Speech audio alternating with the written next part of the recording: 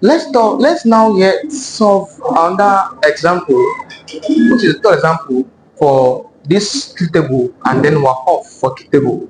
So this third example says that we should find negation of A or C, implication of B by implication of negation of C. How do you find this? It's easy, right? So said the first task there is that in this case here, I'm having a variable ABC in this case. So first task is that obviously I need to get negation of A. I also need to get negation of C, right? So that's what I'm focusing on now. This get negation of A and C. So negation of A, as we know, as usual, just to change. For A, I'm having T. Change it to F. T becomes F. T becomes F. T becomes F. F becomes T. F becomes T. F becomes T. Finally, F becomes T. This is for negation of A. Let's get negation of C. For negation of C, I expect that we change the stuff to opposite. So this is T becomes what there? F. This is F becomes T. T becomes F. F becomes T. T becomes F. F becomes T. T becomes F, and F becomes T. This is for negation of C. Next up now, let's get this first part here. Let's get negation of A or C. Let's get negation of A or C. Now check on my place. For negation of A, I'm saying this, or this symbol means or C, and this is C here. So it means this one comes first before this one. So this one comes first before this one. Now when it comes to this symbol is for or.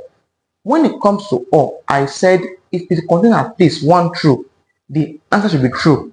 So of course this is what I'm having. So I'm having false true. It contains true, so my answer will be true.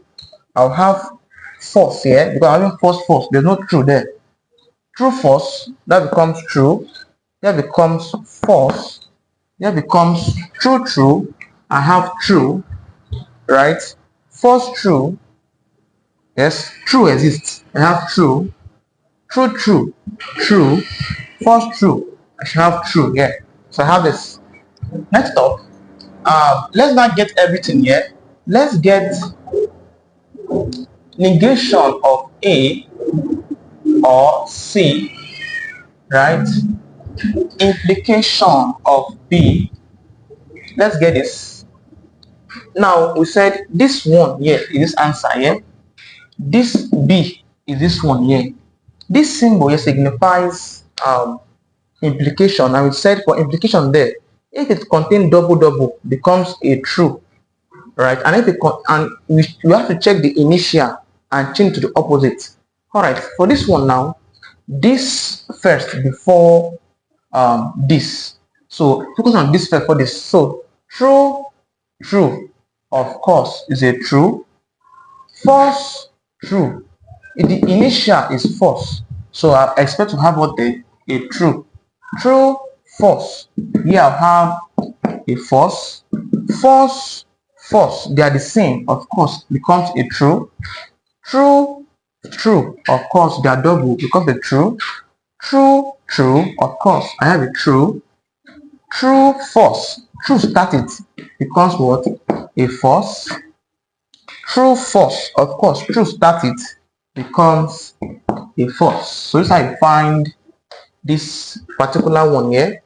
So let's get the final answer for everything. So if I have open bracket negation of A or C, implication of B, right, this way, by implication of what? Of C, of negation of C. So I'm focusing on this one and this one, but this is the first one, this is what? Second one.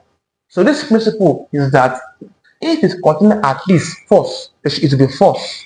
But if it's containing true or false, that's not be true. So focusing on this and this and this. So I have true, false. At least there's a false there, becomes false. True becomes true. False is double, becomes true. True is double, becomes true. True, false, at least there's one F there, becomes false. This is a true. I have true here. This one is false true. At least there's a false there. I have F here. Finally, false true. At least there's one F there. So I have F here. So this I find this particular question. This I solve this particular question involving true table. All right. See you in our next class.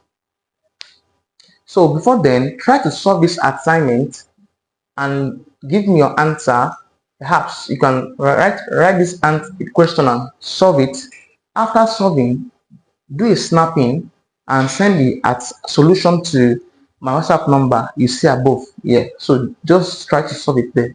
And also, if you're interested in assisting our quality content video creating, do well to assist us through the account number you'll be seeing in the next page. All right, see you in our next class. We'll be looking at the concept of tautology and etc.